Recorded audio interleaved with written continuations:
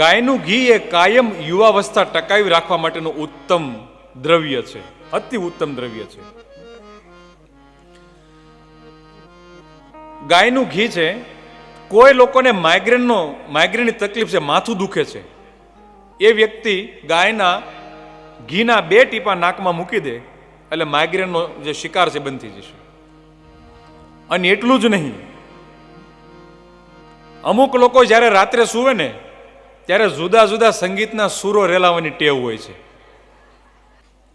નસકોરા શું કામ બોલે છે એ પેલા સમજી લઈએ.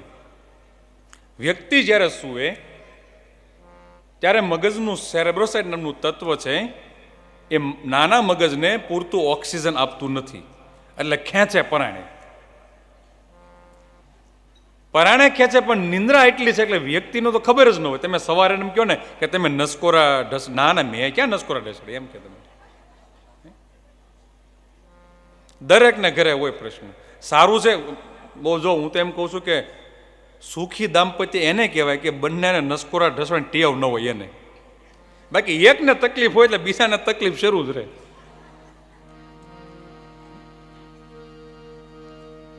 કોઈ વ્યક્તિ નસકોરા ઢસડે, ગાયના ઘીની ઉપર જે પતલું તર બને છે એના 2 ટીપા મૂકી દો એટલે વિધિન 30 સેકન્ડમાં નસકોરા બને. 30 સેકન્ડની અંદર. એટલે આ એલા કે લુબ્રિકેશન જો કામ નથી કરતો, કમાડના કરડ અવાજ આવતો તેલ મૂકી જાય બંધ થઈ જાય. પણ એ ગાયનું ઘી અંદર જશે, એની અંદર રહેલા એમિનો એસિડ, એની અંદર રહેલું ઇથિલિન ઓક્સાઇડ એ મગજમાં વેઇન સુધી પહોંચી જશે અને ઓક્સિજનનો દ્વાર એકદમ ખુલ્લો કરી દેશે, એકદમ ખુલ્લો. 2 ટીપા વધારે નહીં હો, નહીં તો પાછું તમે સમજી શકો છો. અનેક લોકોને નસકોરા ઢસડતા મેં બંધ કરી દીધા છે.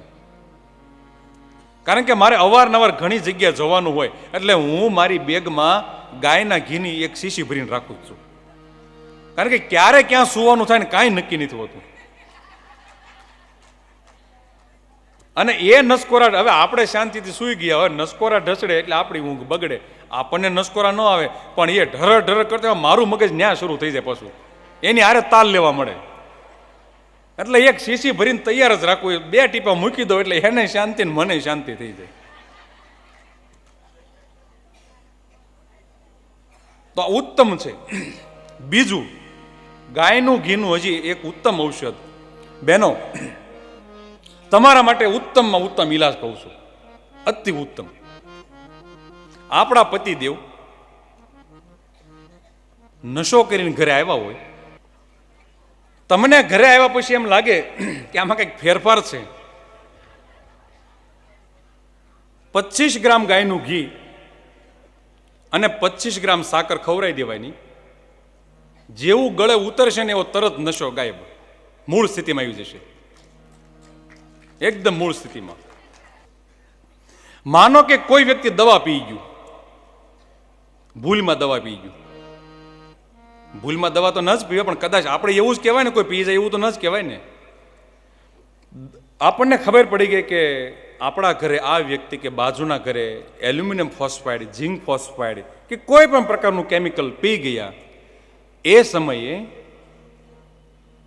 100 ગ્રામ ઘી અને 100 મિલી ગરમ પાણી મિક્સ કરી અને તાત્કાલિક પાઈ દેવાનું. 2 મિનિટમાં ઉલટી થશે અને ઝેર બધું બહાર નીકળી જશે, બધું બહાર નીકળી જશે.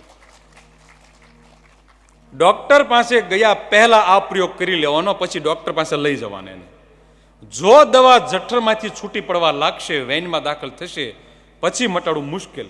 પણ દવા પીધ્યાના 45 મિનિટ સુધી આપણે એ માણસને બચાવી શકીએ છીએ, 45 મિનિટ. માટે ગાયનું ઘી ઘરમાં રાખી જ દેવું, રિઝર્વ.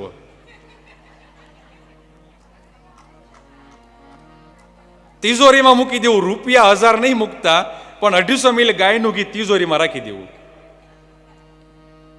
જોકે જરૂર પડશે નહીં તમારે, હું તો ભગવાન પાસે પ્રાર્થના કરું સૌ તંદુરસ્ત રહે.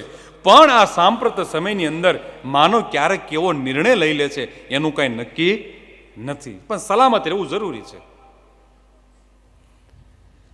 તો ગમે તેવા ઝેરને ઉતારવા માટેનું ઉત્તમ માધ્યમ છે. વીંછી કરડ્યો હોય, સાપ કરડ્યો હોય, કાનખજૂરો હોય, કોઈ પણ ઝેરી જીવાત કરડે એની માટે ગાયનું ઘી અને ગરમ પાણી શરૂ કરી દેવાનું. એકદમ વિધિને 10 થી 15 મિનિટને માણસ તંદુરસ્ત થઈ જશે.